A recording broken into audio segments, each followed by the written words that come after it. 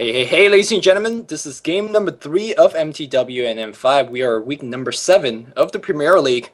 Two teams are going at it. mTw kind of got stomped last game for the lack of better words. Hopefully, they could answer back with some vigor. And let me tell you, some pregame chats are heating the games up. And hopefully, both teams will have their best showing.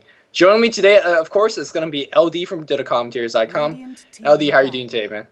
I'm great, man, but I gotta say some very questionable things were said in that pregame lobby. So if the teams were not already not exactly on the best terms, I mean, game number 1 we had Admir calling GG, and then M5 played on. Game number 2 we had we had effing mad answering back by pulling at M5 and sort of doing the same thing a little bit jokingly, and then in the pregame lobby a lot of frankly not very nice things being said back and forth. So. In any case, here we are in game number 3, and the question is: will both teams play the same style? How will they, how will they respond? The game number 2 looked really convincing for M5. Might be worth either an invoker ban or a first pick here from mTw. I think it's going to be a first pick if M5 give it up. As synderen is, I mean, frankly, out of all the captains I've seen, I think he loves invoker more than anyone else. If it's on the board, he will take it first pick without any second thoughts. And right now it's available. So for M5, a big question: if if you don't ban that invoker, who do you ban? And it's going to be a broodmother. And they don't pick the invoker. It's going to be Chen instead. Very interesting for you to actually bring up the first pick invoker, as first pick invoker has mostly been a trap, I feel like, at least in going just by Premier League matches. Aside from the last couple of matches where invoker has been winning, his record's been like 1-10. Like, he's lost every single match he's been picking. But recently he's up on the upswing again, as both teams that had the invoker has won their matches. M5 would be picking that again, and hopefully we're going to see a little bit more ganks going towards Amir. That also means that you got to win the other lanes, and you have to win them big. And having a champion is really helpful in doing that. Invoker, I don't care what build you're going to be having a little bit difficult time, especially in the early game. Sure, if you're going Exhort, you could contribute a lot in terms of having the early game team fights. But when they're pushing down a tower with Chen and whatever other pusher that mTw decides to run, it actually doesn't matter what build you're going to, like, because you're never going to get to your full potential. Not to mention, if you go for that exhort build, then it's very easy to gank you. If you're in that middle lane, Chen can smoke up if he gets a nice creep to do it, either a Centaur, a Troll Warlord, or just an Ursa Warrior to clap. You have something else to initiate. Invoker is dead because he's not going to have a point in Wex, so there's no way to Ghost Walk. Now, some good warding and smart map sense can help cut down on that. But I think you're right. Even when Invoker is winning, like that last game, Invoker looked absolutely dominant. Admir was 10-0-70. I think he had over 500, maybe 600 gold per minute that game. I think it was like 520 or something like that when the game ended. It was really impressive. But it wasn't really the Invoker that won them the game. Tidehunter absolutely destroyed Broodmother in the lane. And Vigas rotated around the map really effectively. He had a very tough time on Slardar in the laning phase, but he just bought Dust. He had his boots, and he started ganking, and he really never looked back. So even when Invoker is winning, I still wouldn't say... I mean, it was great play by Admir. Don't get me wrong. I'm not trying to take anything away from him. But I don't think he was the main reason they won that game. So I think you're right. And last time Chen was banned. Of course, if Chen's in the pool, you're going to take Chen. I mean, unless you're complexity. Yeah, unless you're complexity, and then they'll give Chen away and still find a way to win, at least here and there. As Shadow Demon is the second pick, of course, leshrac is in the pool. Are we finally going to see Shadow Demon and leshrac get split up?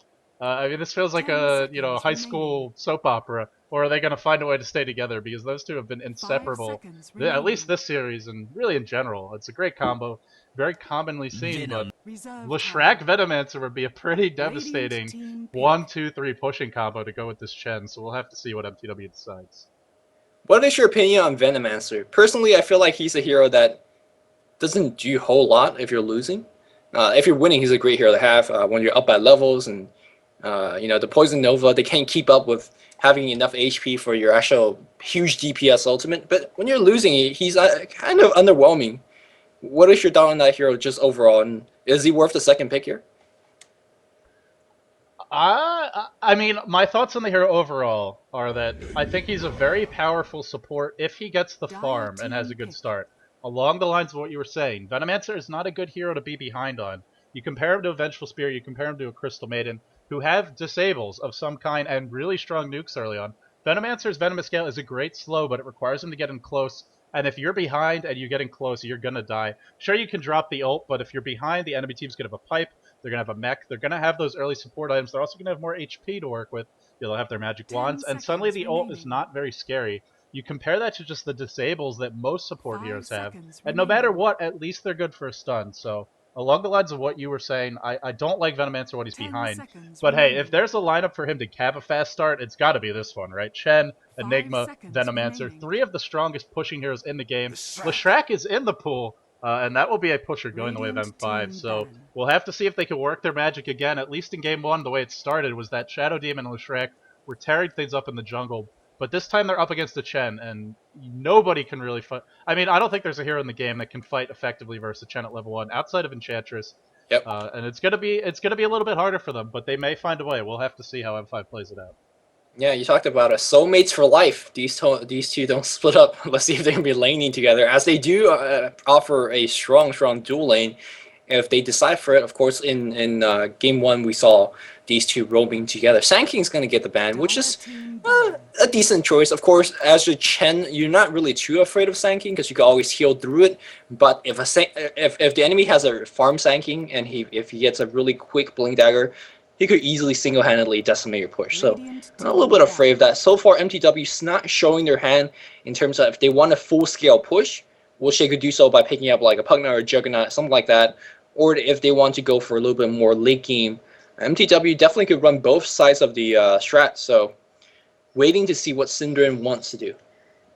Well, you mentioned Pugna, and frankly, he would be fantastic in this game. If Chen drops his Hand of God, he's instantly going to lose that same amount of health from the ward. Of course, Enigma, a lot of spells to cast, very high mana cost. Venomancer, if he tries to use his ult, very high mana Dota cost. And team the same for ban. M5 if you look at their heroes. Sunstrike is 200 mana, and that's just only scratching the surface of all the spells that Invoker wants to be casting. Invoke has a mana cost as well. You look at Shadow Demon, leshrac, a lot of casters in this game.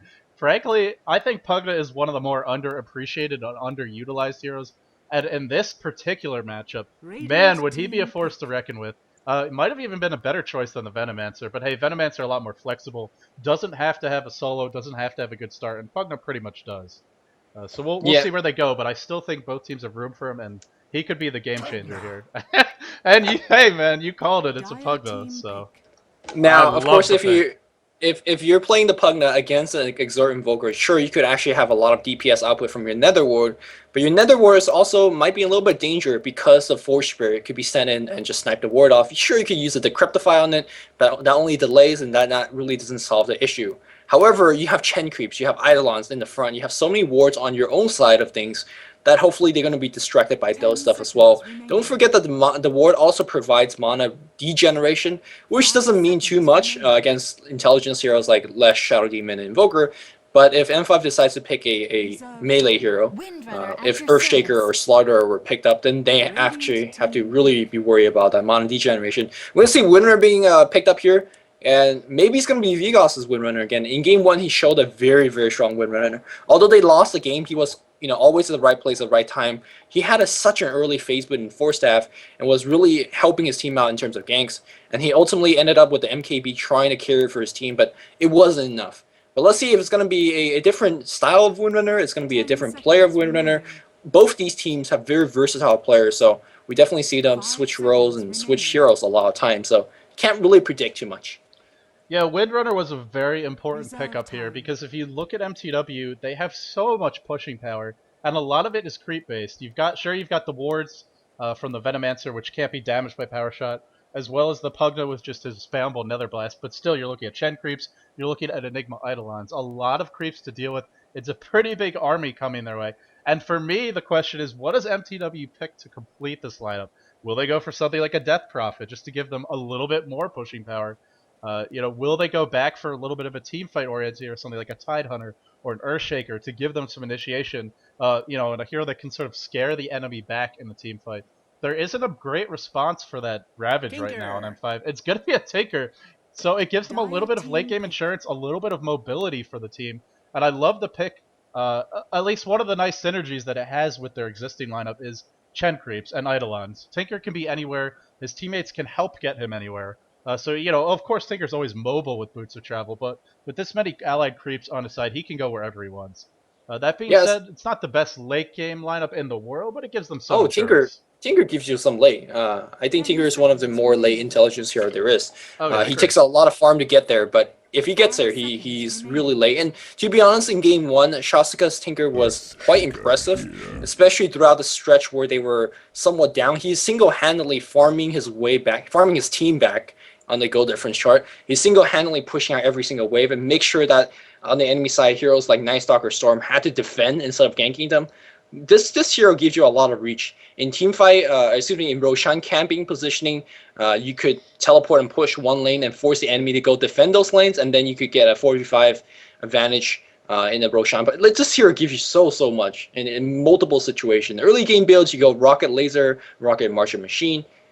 Versatility is what this hero does, and hopefully we're going to see a good game from the Tinker. And we have a Shaker last pick, which gives you a very reliable way to kill the black hole or cancel the black hole, and also give you a very decent counter push setup between the lightning, power shot, fissure. They have decent AoE to stop this push.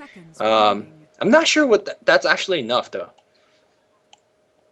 On the flip side, I mean, we've really been hyping up mTw's push here, and certainly I agree with everything you're saying. It is a very difficult push to stop.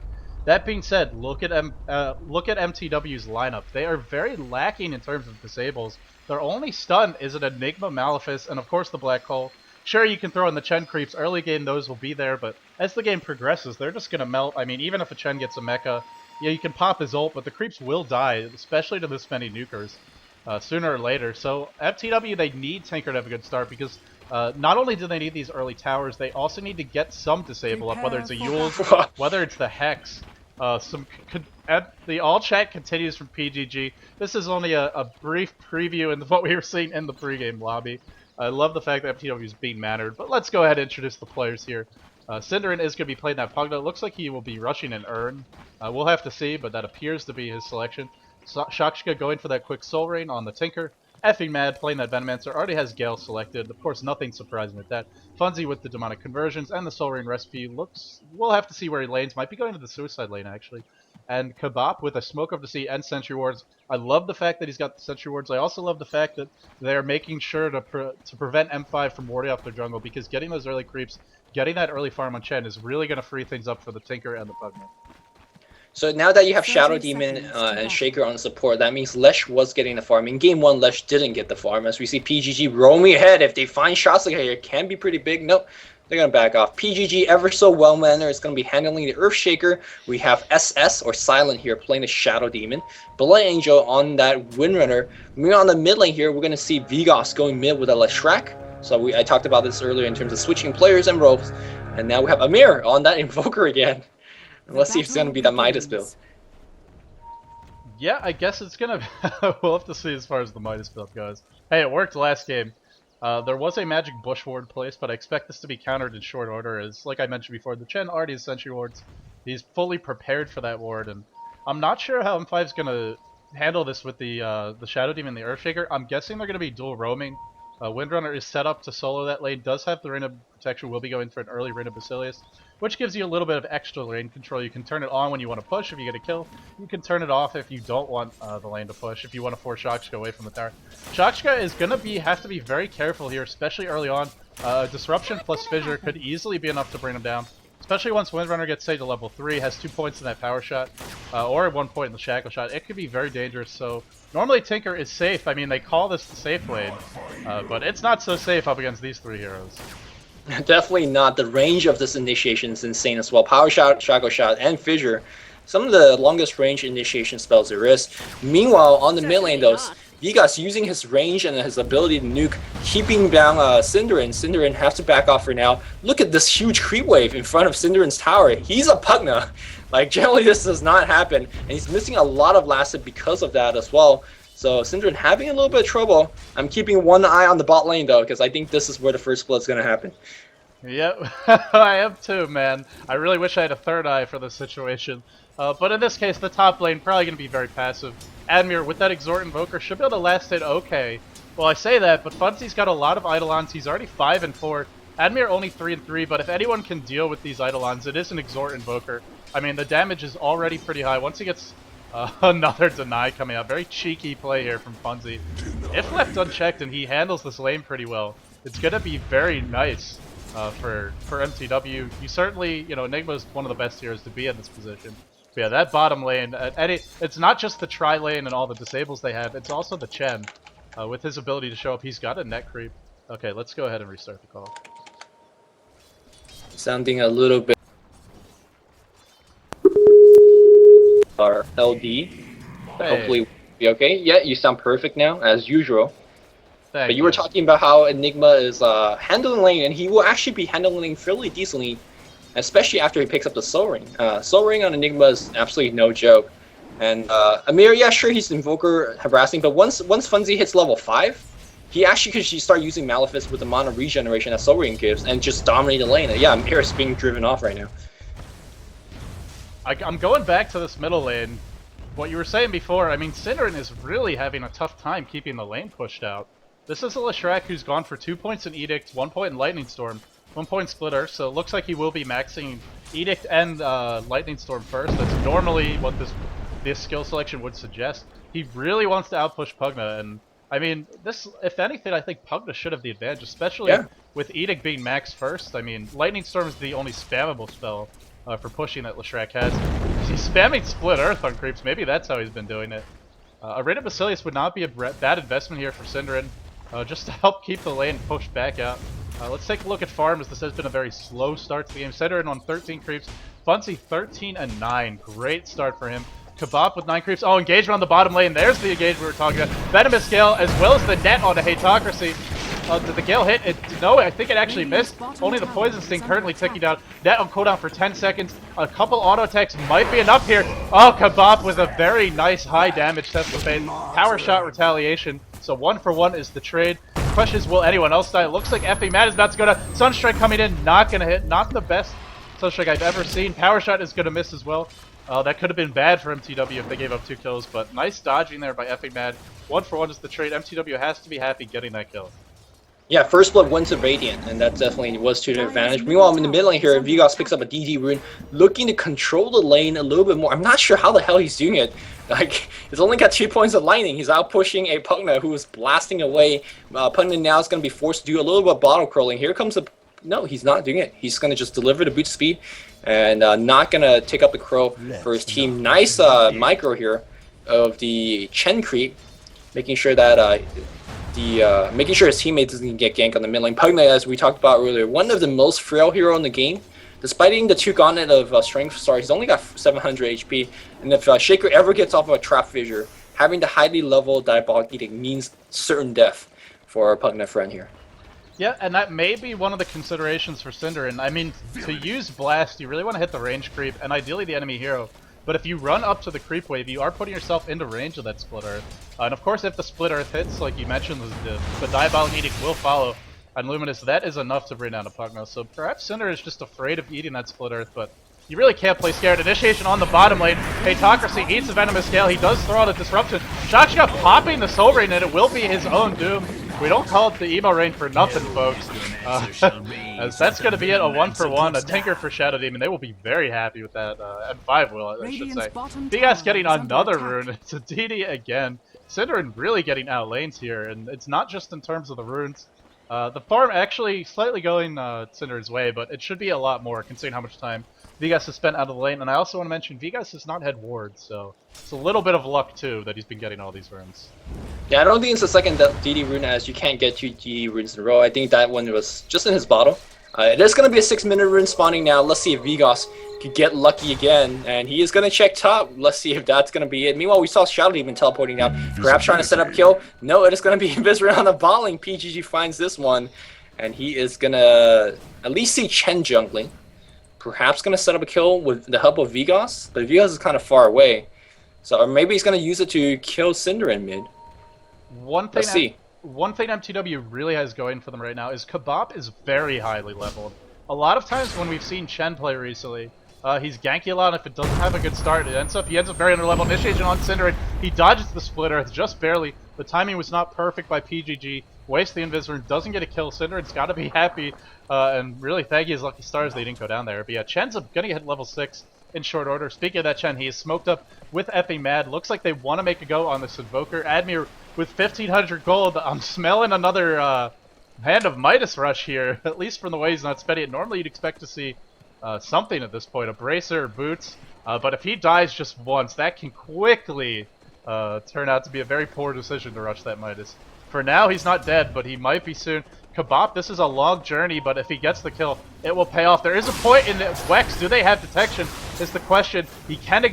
Oh, he's not going to be able to get it off. He's going to go down at the chain stun. Thought for a second there he might go for Ghost Walk, but just did not have the opportunity to do so. And of course, the net does reveal you. So, meanwhile, a little bit earlier before that, we saw the soulmate ganking party, a disruption, soul catcher, splitter. Barrage spell being tossed out by Vigos, able to get that kill. Unfortunately, does not have any mana left to actually pop that Diabolic Edict and shave off a couple points of health from the tower. He is going to upgrade to Arcane Boots right now and get more mana going that way. Meanwhile, though, mTw pushing up top tower. Sunstrike going to lower Kabob's HP just a little bit. I don't think he really cares about that right now. His priorities on bringing down that tier 1. Enigma lasted that one. Funzy's farming fairly decently as well. We see a Ring of Health on Enigma. Is that a pipe rush? Is that just a Vanguard? Definitely seen Enigma Vanguards before. It's not actually that bad. I'm not a big fan. I'd much rather take a pipe, but yeah, arguments could be made. If you want the HP, I think a Vitality Booster is sufficient.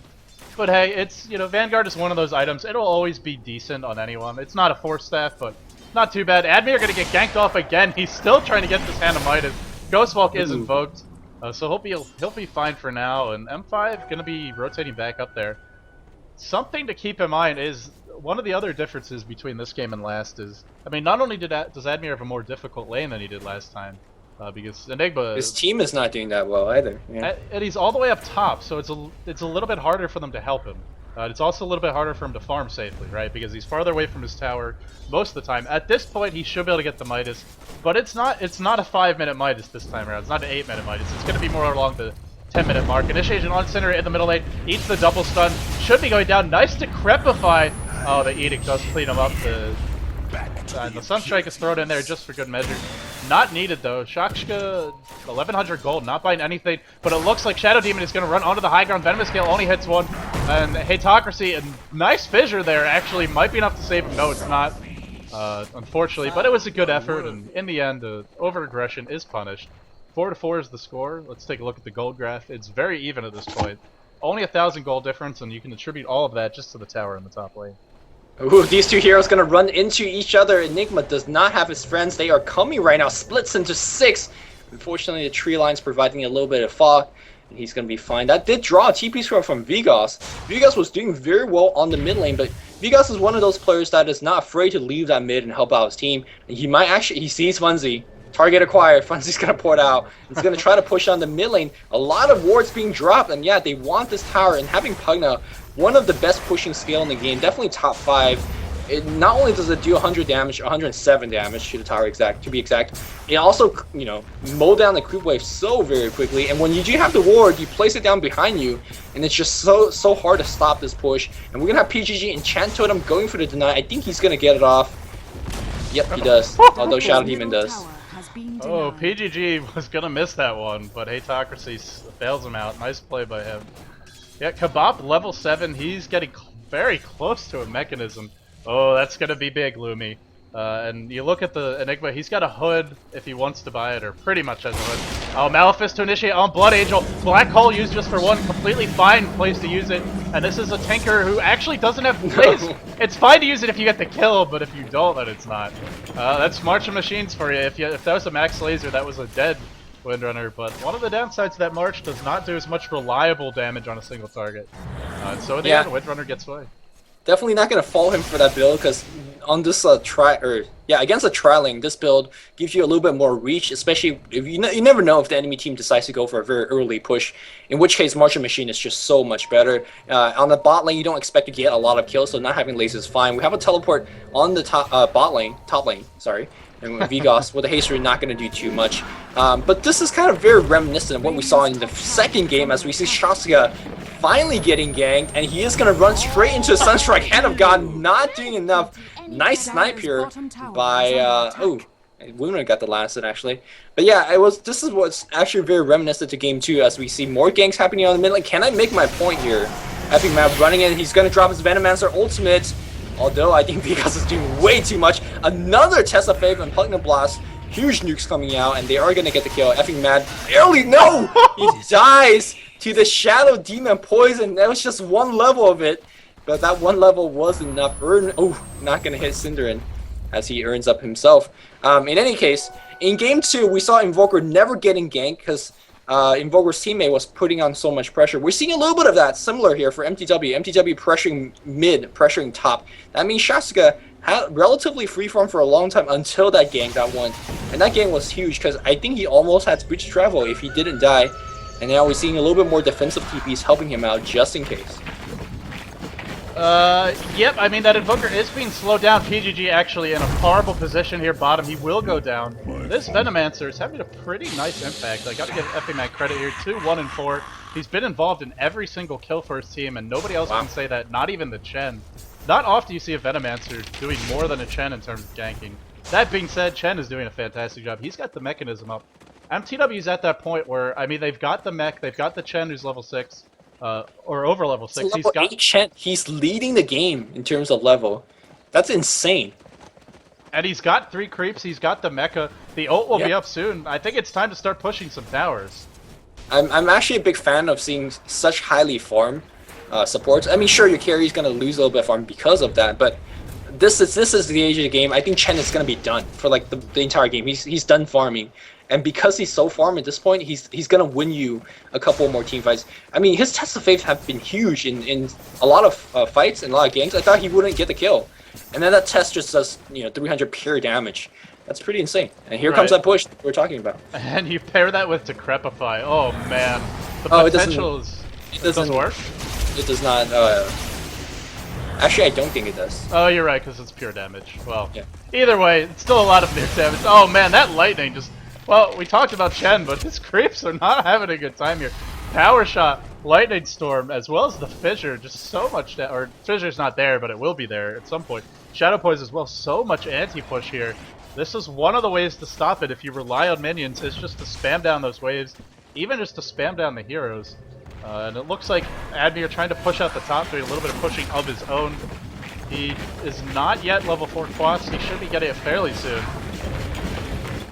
Nice. You're gonna cancel the TP from Shaska. There's a cold snap on him as well. Echo Slam being dropped. Hand of Ground barely came in, and Shaska barely survives. Amir runs in to drop those spells, died to the Marching Machine. Fight happening on the bottom tower was destroyed. Shadow Demon goes down. The Ward doing some zapping. That is, what level is that Ward? Let me quickly check right now. Level 4 Ward Max. This is the correct way to go build your Pugna. You put 1 point for the Decrepify because the Decrepify spell damage does remain at 40% at all levels. Duration gets better though, but the Ward does zap more and takes it longer to bring down at higher levels. You want to max that Ward. It is very, very good as a spell. Yeah, not only does it do more damage, but crucially the range goes up a lot. It's very similar to, say, Shadow Priest or Dazzle's Shallow Grave. The range really benefits from the levels. It's important for Pugna to get the levels. mTw is continuing their pushing attempt here. Invoker is starting to get a little bit scary. He's got 1,000 gold. I mean, this is not the Invoker we saw last game, but he's having a decent time considering he got ganked early on. You can thank the hand of Midas and the free farm he's gotten for that. Since the first few ganks, mTw has been content to leave him alone. Tower is taking some damage here. I guess the question is, will mTw be able to push fast enough? And right now, it doesn't really feel like it. Chakshka is starting this big smoke is gonna be ugly. Yeah, this is They're a huge trying to cut them off. I'm not sure when they're gonna get it. This is gonna be close. Yeah, they are gonna cut them off. At least 1 or 2 of their hero. Vigas gonna get a no. He misses stun. Black Hole's gonna get dropped. It gets immediately canceled here. Funzy's gonna be going down immediately. Shaker walks in. What a shackle on 2 hero. This is a huge wipeout. Can Kebab do too much? He's gonna get a kill against a Shaker. I think the poison might do it. Oh no! Shaker survived. Chen goes down. And I think that was a huge victory for the Dire Squad. Is it over just yet? Shadow Demon behind all the action. I think that Decrepify and the laser, just a level 1 laser, not going to be enough. But yes, a couple of more right clicks afterwards. Meanwhile, we have Blood Angel coming in and a couple of Lightning Storms. But for the most part, I think that was a victory for the Radiant team, or too close to call it. I'd Or gotta give that to the sorry. Dire. Yeah, you forced a Close. buyback on the Venomancer, who had over 1,000 gold in the bank, and now he's only got a Bracer and 300, and that's with the tower going down and adding to his bank account. Yeah, I gotta give M5 the edge there. A nice rotation by Admir. I gotta give him a lot of credit. He's been showing up at the right times, and, you know, the black hole, really not the best black hole, and in this particular game, they need that to hit. If you look at their lineup, just not a whole lot of burst damage. Pugna does a decent amount of damage, but it's nothing crazy. Test of Faith is not reliable. That Venomancer ult takes time to get going. A Tinker who doesn't have laser, I mean, he's not really that bursty. He's more relying on the march for the prolonged team fight. But if you get burst down, it doesn't matter if you have sustainable damage. They can just walk away and heal up. And oh man, the talk continues from PGG. I think he's just embarrassing himself, so no big deal. Wow, they just what Oh, manner? man. Seriously, from PGG. This is this might be, we might have to start offering sportsmanship clinics to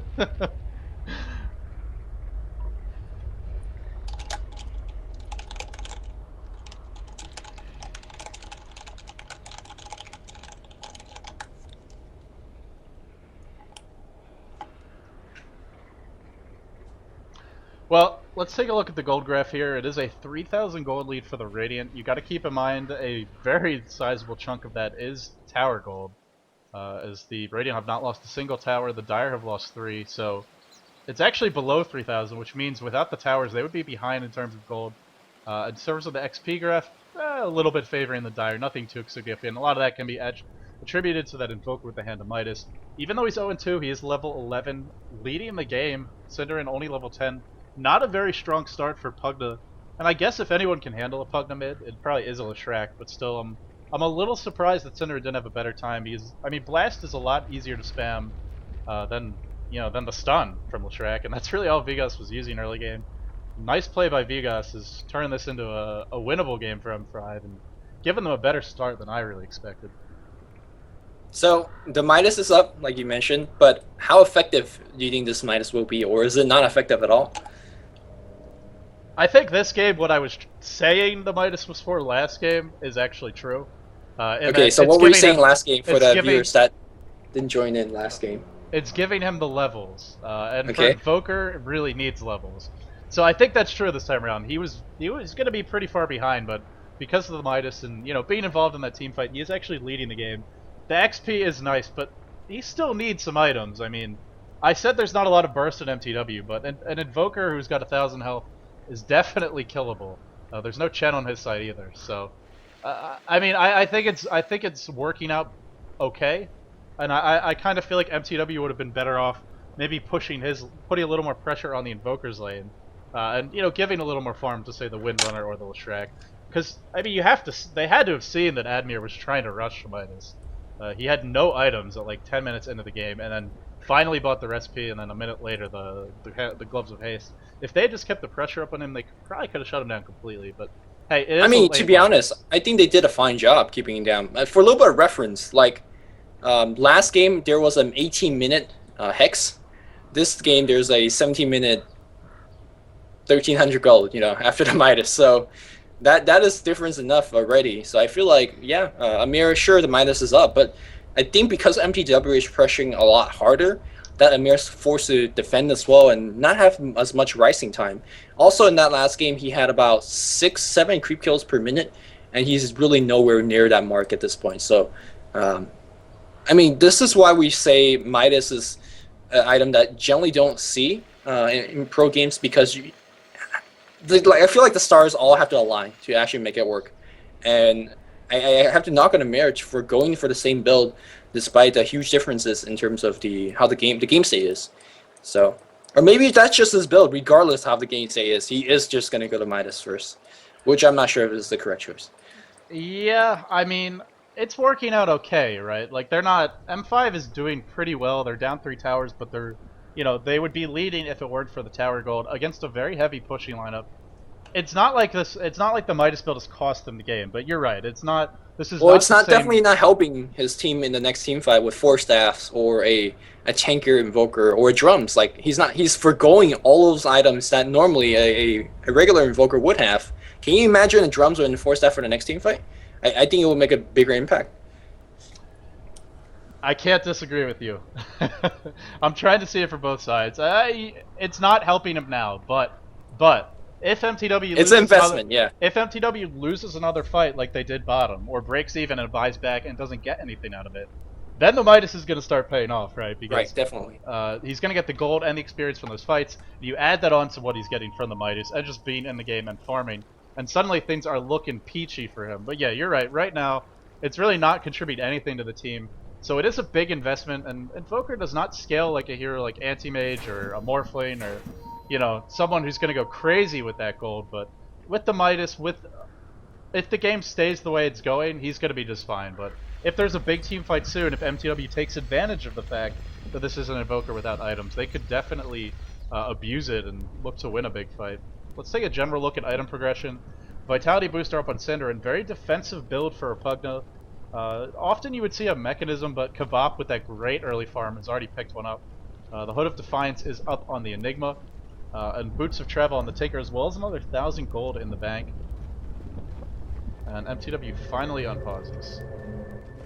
Definitely was a long pause, as we see Vegas waiting on the mid lane. I'm sure Vegas has pictured 80 different ways to kill Funzy, and this is just one of the many ways, and there you go! Funzy now get to pause his own game a little bit as he waits in the fountain. I like what you did there. Yeah, me too. I want to mention Effing Mad is on the bottom lane. He's got a bunch of wards up, really pressuring the lane constantly. The combination of the Venomancer ward just camping out in one lane, Tinker TPing around the map, pressuring the others. I mean, we've talked about how they have good pushing power, but they also, sort of like a Broodmother, they just have these heroes that can be annoying and force you to leave someone to deal with it. That being said, it's not leading to towers, and ultimately, you can push the wave back on their side all you want, but if you're not getting towers out of it, it's not going to matter too much. Shadow Demon setting up a nice lane ward. Not often you see a lane ward at this stage of the game, but I think it makes a lot of sense because they don't have a tier 1 up. Taker, worst time in the world for shoutcast to TPL. He is so dead right now. Demonic Purge, Sunstrike, down he will go. But he might get 1 kill out of this. Indeed he will. Admir's got to get out of that margin piece. Oh my god, that has to be the most underestimated spell in the game. I can't count the number of times I've seen even a pro player stand to that for like 3 seconds and just melt. Yeah, Silent definitely hugely underestimated that. He just walked in the march and he just died. There is a very easy way to dodge it. If there's someone tanking for you, like Invoker is, just walk next to him, or under him in that case, and he will just tank everything for you. But no, that free kill going to the Tinker. Now we saw that was very reminiscent of game 1. They just baited out Tinker, basically allowed him to TP in those lanes and just immediately jumped on him. And I do believe M5 will keep trying to do that, as we see Effing Mad trying to go on Vegas. He's not going to get the kill obviously there, but as long as you keep getting those kills, you will slow down Tinker's farm pace. Sure, he is making 400 gold every time he TP, but if you kill him, there goes his farm, and especially before he finished that 4-staff. It's so big, although he's got it right now, almost. Well, it's also big for Admir because he's got an Ogre Club up as well as another 1,500 gold in the bank. They still have not claimed a tier 1 tower. If you take a look at the gold graph, it's still hovering around 3,000. I mean, you can't give up kills like that. It's always going to be dangerous to do it on a hero like Tinker, who's very momentum based, very reliant on having a good start. But especially against the hand of Midas, against the team fight of the Dire, if he gives up 1 or 2 more kills like that, I think it's just going to cost them the game or make it very, very difficult for them to come back. I'm not talking like the game's over because it's completely even right now, but it's just the kind of situation where you can't make a mistake. Huge engagement going to be happening here on the middle lane. Pulse Nova as well as Edict just melting Synderen to pieces. He goes down. Back to the scratch heap for him. The Venomous, or the Poison Nova, doing a lot of damage here. Will be enough to get a kill though. Hatocracy disrupts the Enigma. Enigma trying to run away here. Actually, sorry, no, he's not trying to run away. He's going for the kill. The mechanism is going to save him. Double kill for Vegas in the midst of all this. Fisher coming out. Kabab. Horrible fight for MTW. They are just falling apart right now. Shakshka finally shows up. The blast coming out for Pugna. Down goes the Invoker, so they got something there. Wicked sick ultra kill on leshrac. Funzy running for his life. Will Funzy go down as well? Pops the pipe. Fissure blocked in. Down he goes. Not going to be a rampage, but we'll be pretty happy with that anyway. Huge fight going the way of M5. And I think to answer my previous question, now the Midas would be very good as they win another team fight without needing things like drums or force staff, because I gotta say mTw's position was a little bit suspect. They did not know where the enemy is. They were pushing very deep. Look at the lack of warding on the minimap right now. There's no sight. Looks like the fight is gonna be still happening. PGG got galeed up. He's immediately gonna port back. Synderen also died in the previous fight, and he bought back immediately, and I think he might have died again, or he survived. Well, whatever he did, he came back in the team fight and did not contribute too much. His ward got blown up at the beginning of the team fight, and that thing has a long cooldown, so without the ward, his team's DPS is actually a little bit weak, so mTw cannot lose any more team fights because we talked about how very little late game that mTw has, and sure, M5 doesn't have too much late game, but there's an invoker that's getting a lot of farm. There's leshrac that just got ultra kill. They are going to get big items, and look at Lesh already with the BKB up. And with the BKB in consideration, who is actually going to kill Lesh? I mean, sure, you can use the black hole on him, but you don't want to be tanking that Edict or Pulse Nova, which will continue to go off while you're being black hole. They do have a pipe and a mechanism in the Chen. They're sieging down the middle tower. I think mTw is starting to get their act together, or at least try to. As I say that, FA Mad is forced to run away here. He's getting driven back by Vigas, who pops his BKB in the middle of everything. Kebab getting melted. Funzy holding onto the black hole. Nice patience there, but the deafening blast instantly canceling it. Blood Angel running on the way. He pops the mechanism. Will he get out is the question. Meanwhile, effing Mad in some trouble here. PGG is going to clean him up along with Vigas. Triple kill again for Vigas. Man, this guy is just getting so filthy rich. Admir is in Ghost Walk form. He's going to come out of it. One or two more right clicks. Tower obliges to clean up a kill. Another blown team fight. mTw, I think, was feeling a little bit impatient there. A little bit pressured after the way the last fight went. And, you know, feeling like they had to make something happen. Unfortunately, they overextended. They were punished for it. You mentioned positioning. This pugna is getting picked off pretty quickly every fight. We saw venomancer getting driven away to the left side up the hill, which really split his team up, and you're up against heroes that want you to be split up and that are good at making it even worse with an Earthshaker Fissure, with the disruption of the Shadow Demon, of course all of Invokers disabled. So many ways to cancel the black hole as well on the Dire, and man, you know, it showed there. That definitely blast completely putting an end to any ambitions by Funzy. Yeah, I didn't like mTw's choices fight the team fight. Sure, they saw Venomancer getting driven off by a BKB leshrac. I think that's the time when you say, sure, if we're going to lose a Venomancer to a first BKB usage Lesh, fine, so be it.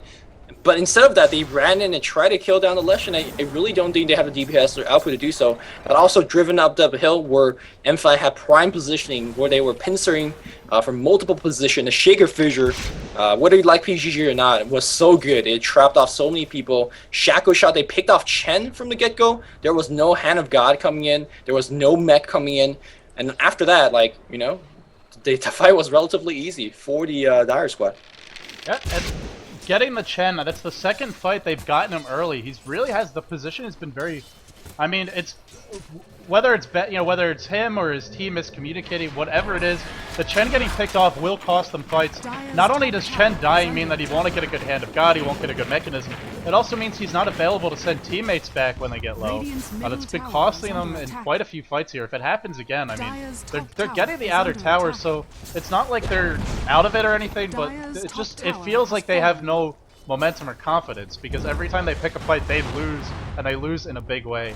They're also up against a very strong turtling lineup, and when it gets to this stage of the game, Invoker has a lot of AoE damage. He's got the BKB up as well. Shaker, one of the best, if not the best turtling supports in the game.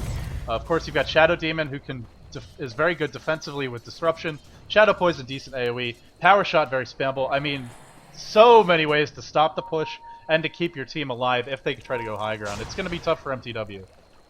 Yeah, mTw not giving up though. A gem just had been delivered to the Venomancer. Want to make sure they shut down the ward control. But Vigas comes in and he is going to be seen. They have a gem, right? Get focused on Vigas. Vigas needs to pop his BKB before he gets the chain done. Losing HP very rapidly. He is going to go down. Huge turnover event. But a blink echo slam on the Shaker. Immediate kill. Shackle Shot in 2. Hand of God does get casted. Seems like they're going to win this fight. Double kill gets picked up. That Holy Persuasion. That is the difference between a Chen dying at the start of the fight and the Chen not dying. Obviously, they still lost 2 heroes because the burst damage was simply too much. But I think that was the best that the Radiant could have hoped for. They ate a Blink Dagger Echo. They picked off Lesh in the beginning, and still it was a 2-for-2 trade, a 3-for-2 I guess, because Shadow Demon went down as well. I don't think mTw could ask anything else. Like that was as good as they could hope for. Well, it's got to make you concerned if you're an mTw fan, if that is the best they could have hoped for, because I mean it went well for them. Yeah. But it was not by any means a dominating victory. No, it was not. Of course, they did not use the black hole. That's something to mention. So they have it available, but there's no beacon, there's no blink dagger. It's gonna be hard for Funzy to find position here. Malefice on Blood Angel. The tower will be denied. Very nice deny by Kabop. Gotta say, despite the getting picked off in a few of these fights, Kabop has really been playing fantastically this game. Gotta give him credit. I'm wondering what he's going for now. Will it be? I'm not sure what this Reign of Regen is all about because they already have a pipe. We'll have to see what he goes with. Synderen, really no item progression. I think he wants a Necronomicon. A nice thought there because you're up against so much AoE that Necronomicon Warrior is pretty much guaranteed to pop and do a bunch of pure damage to someone. Also gives you a little bit more pushing power, the R's as well as the right click. The Mana Burn will be nice too, so it's a good thought. It's just a very slow Necronomicon. He had to stop for a Vitality Booster.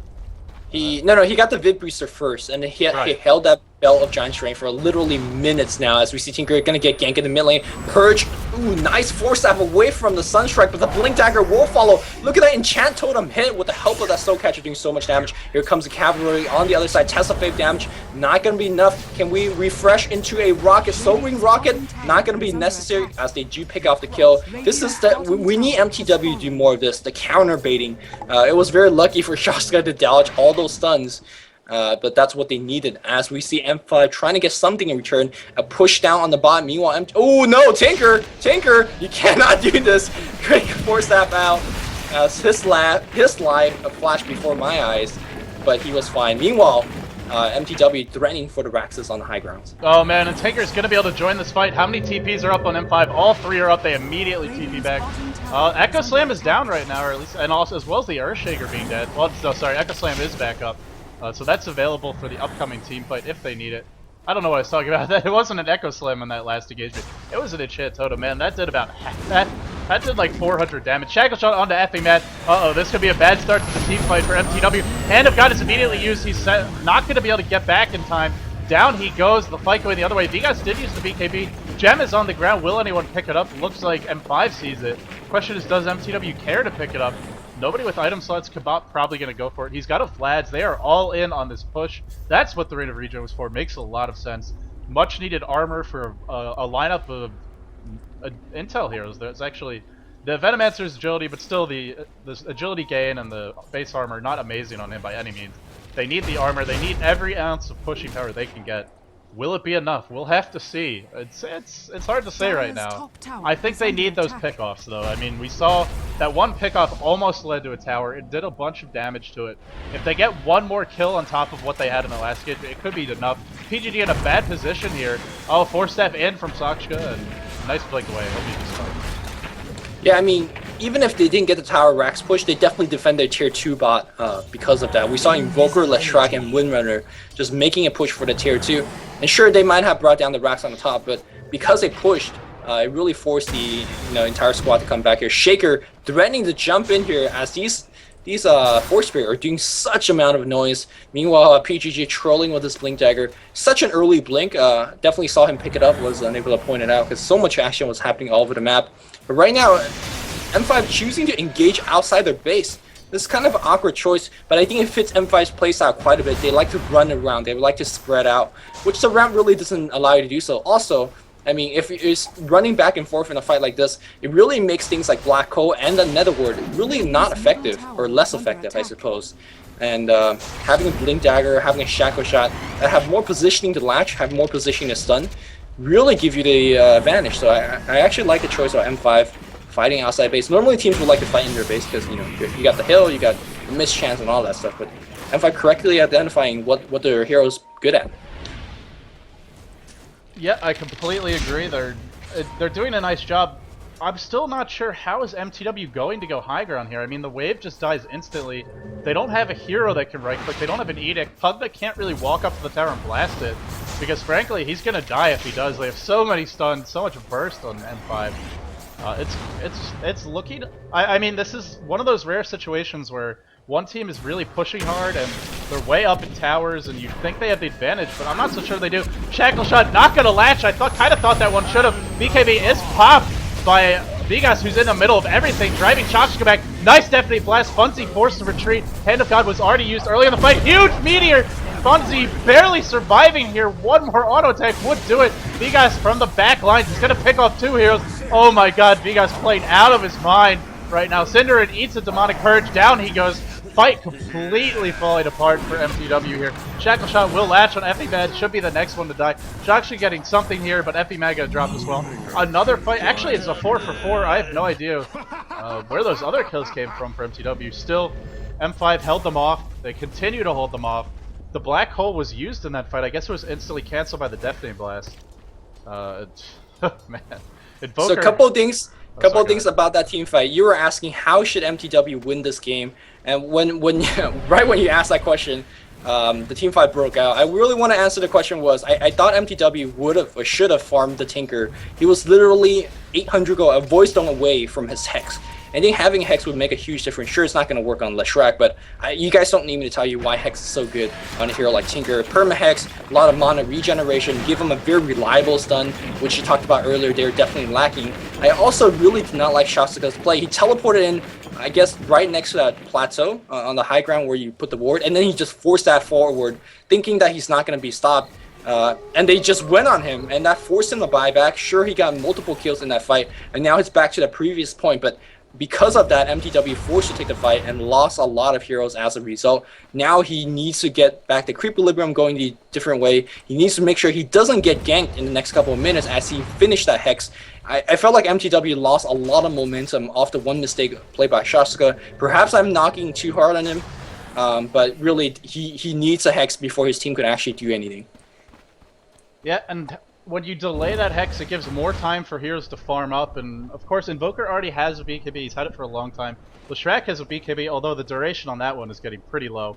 Two heroes that are not really going to be afraid of that Hex. Of course, if you get the Hex to start, then it's not going to matter too much, you can perma-Hex. But with it being so much later, it's going to mean the Tinker is a little bit squishier relative to what he would have been, a little bit farther away from his next item as well. And it's giving M5 a lot more time to farm up. They've had a good 2-3 minutes now since that fight ended, and they have the heroes to take advantage of it more so than mTw. Pugna does not benefit really at all from items after a certain stage of the game, especially not compared to heroes like Invoker or leshrac. That Invoker, speaking of him, he's got an Aghanims, as well as that BKB and a Hand of Midas, as well as 2,500 gold in the bag. Kill on the bottom lane, Tinker gets caught out. Man, that's a big kill. Yep. The Hex. You and I talked about it. M5 is going to just have those advantage. They're going to wait for it, and they literally just camped the creep wave, slowly stalked behind the creep wave, and waited and waited. They knew Shoutcast was going to be there, and having a blink dagger on Shaker will allow you to get those free pickoffs. Now they're going to go for Roshan. I felt like mTw was on a... I mean, they weren't ahead. They're a little bit behind, but now I feel like they're so far behind that I'm not sure if they're going to catch up. They have to go for the Mystic Staff, but that's just a little bit... It's just so much more time for that Tinker. And now Roshan, the Aegis is going to end on Mir.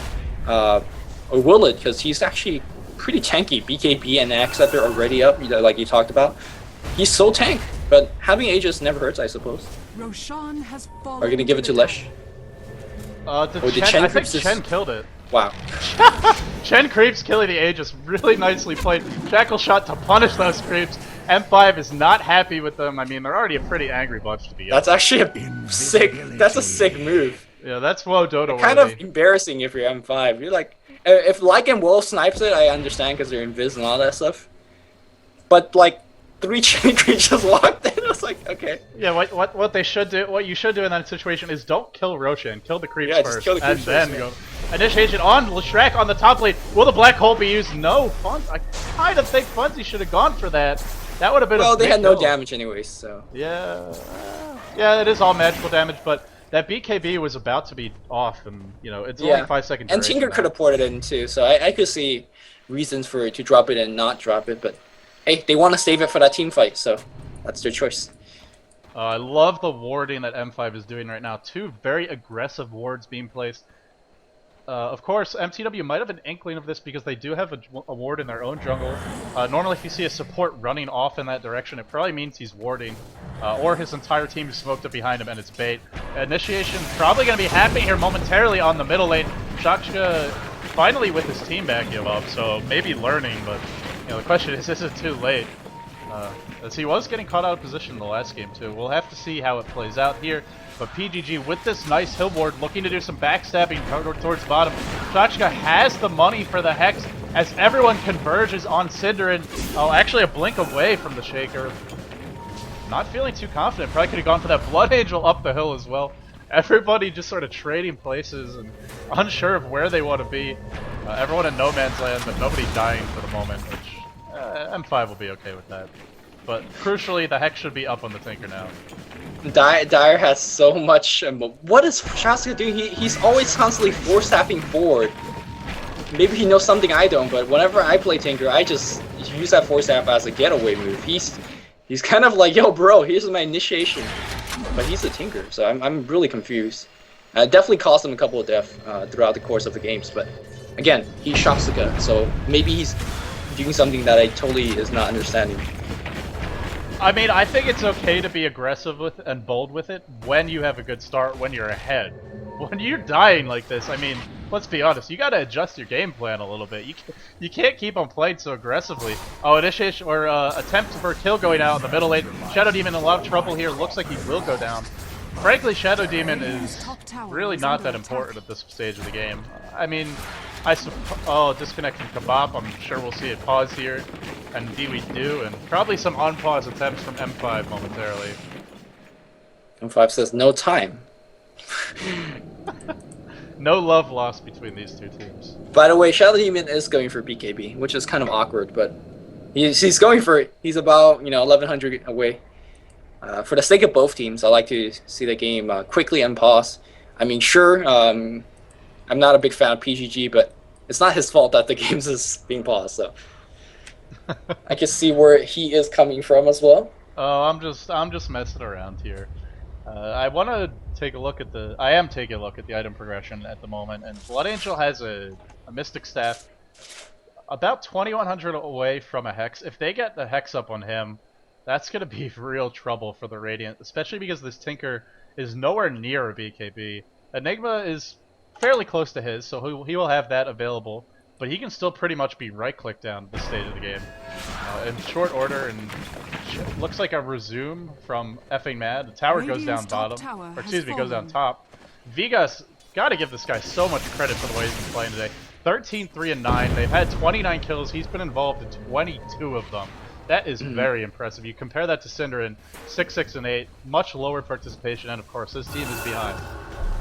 Yeah, not to sound like a Vegas fanboy, and I'm definitely not a Vegas fanboy, but throughout today, all 3 games, he's been playing really good Dota, being at right place at the right time, carrying his team when he decides to do so, and as we see a Shackle Shot not latching the entire M5 squad on full retreat, but don't forget, they could always jump back. Amir gets hexed up. Can we get a little bit of perma-hex action? No, the Ghost Wall simply too good, stopping every time.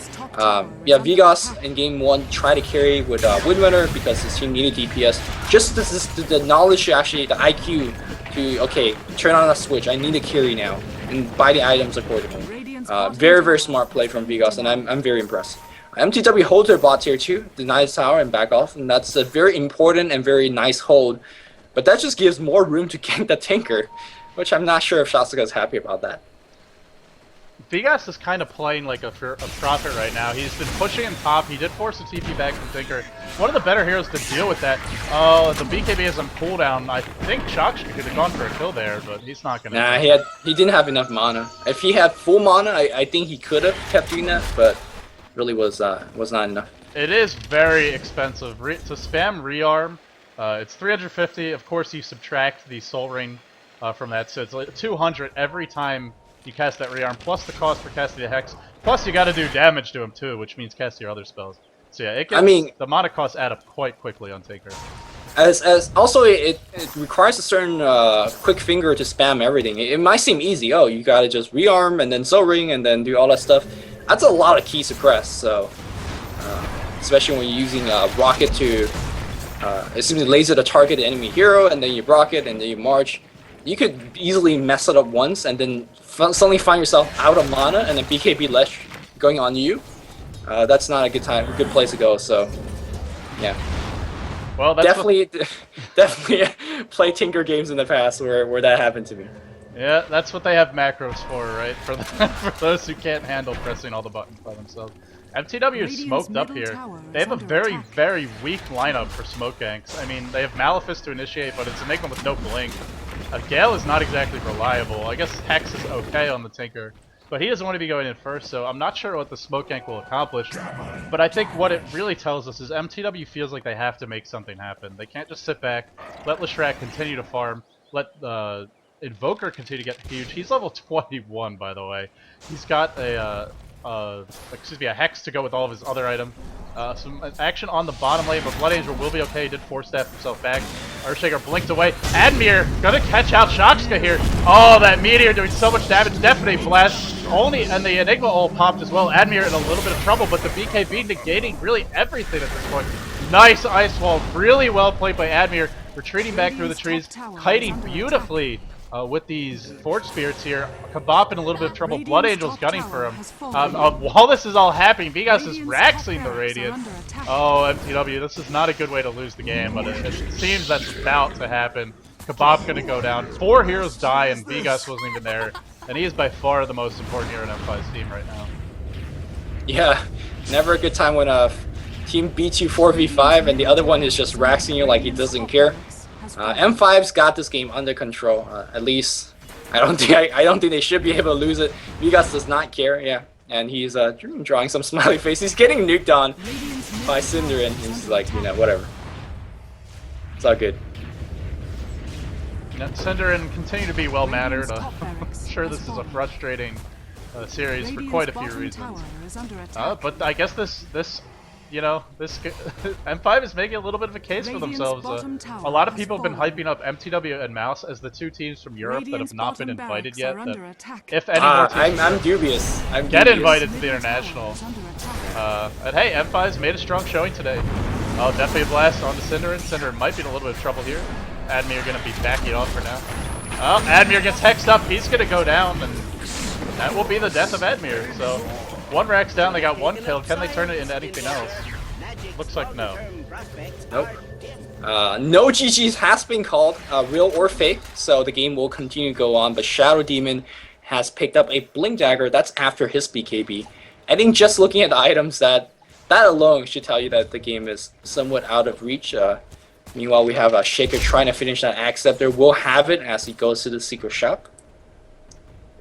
Yeah, when the Shaker is almost what is the chance of Dire buying all these items, saving for no buyback, and you know, and wiping at the fountain and losing mTw gets wiped, and then they just go for a throne. What is the chance of that happening? Oh, yeah, 5%. Well, it's M5, so we'll say 10. But I'm not flaming them. They are just a very aggressive team in general. PGG eats a Malefice in the middle lane. He might die here. Oh, actually, sorry, that was the last pick of the Malefice, so it looks like he might get away. Nice force staff from Blood Angel. Meanwhile, Vigas up to his old tricks, backstabbing as Hatocracy is kind of baiting everyone. M5 is all over the place. This is the most confused. Oh, and a nice BKB TP out immediately. Hatocracy BKB as well. Oh, they just can't. mTw just can't kill anyone at this point. Top lane. I'm telling you, that's how M5 loves to fight. They don't want to take fights in base where they are confined. They're like, no, man, the world is a plane. And we're gonna go everywhere. Hearts of Tarask, or Tarask, depending how you pronounce that, has been purchased on leshrac. So if you thought you killed him before, well, he's now at 3,000 HP, 20 armor. He's got magic immunity, and if you ever get near him, you're getting blown apart. Oh boy, this leshrac is big, and Tinker dies. Not sure. Where did that happen? Actually? Sunstrike? Oh, must have been a Sunstrike. Some. All chat coming out here. Hatocracy eats the black hole, immediately canceled by the split earth. Oh man, this is not Funzy's lucky day. Shocks the force staff in again. Aggressive force staffs, and he's probably going to go down here. Admir with the ice wall. Shocks is getting sent back to base. He can TP back afterwards. The black hole is down, so Funzy can't do too much. And Vigas, too big. Nobody can bring him down except for Synderen, maybe. Oh, that leshrac did so much damage. It was not enough. Blood Angel claims his own triple kill. Blood Angel 4 steps away, but you cannot 4-step out of a rocket. Tornado coming through. Shock's in a lot of trouble here. Admir gonna go to work on Tinker, but that March Machine's too strong.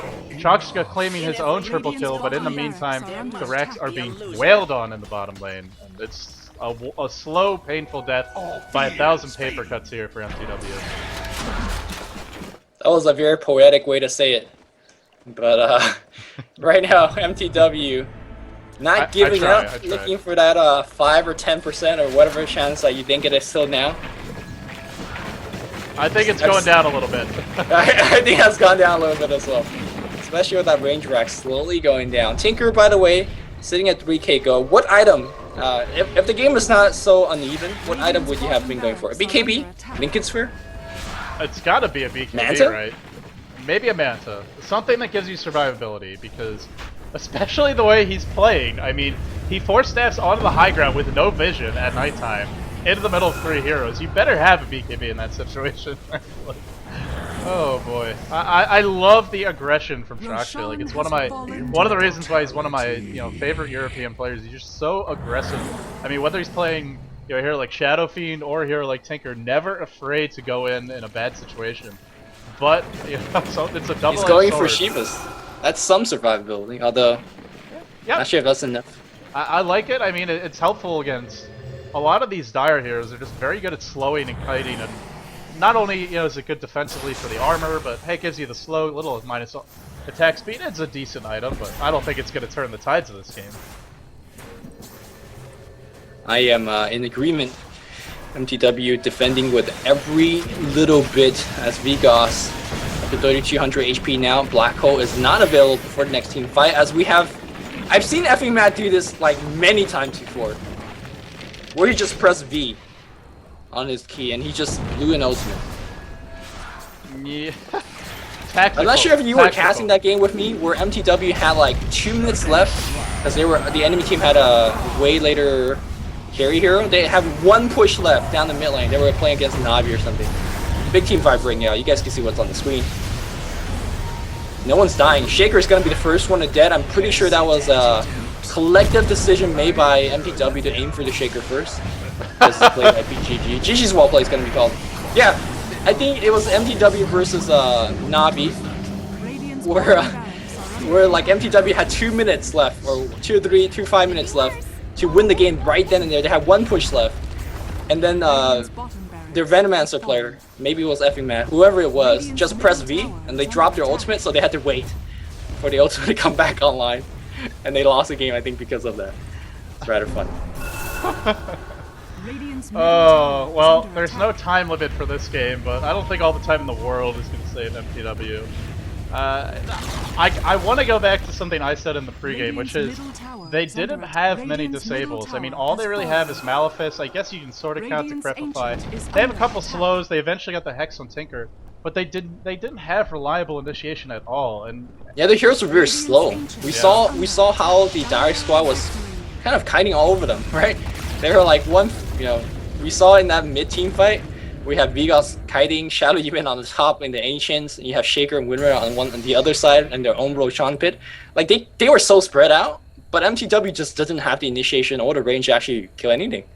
Yeah, and so you're up against a Fissure and Invoker when he gets the Tornado going, and Shackle Shot. So many ways for M5 to initiate, and hey, it makes it hard if you make one mistake.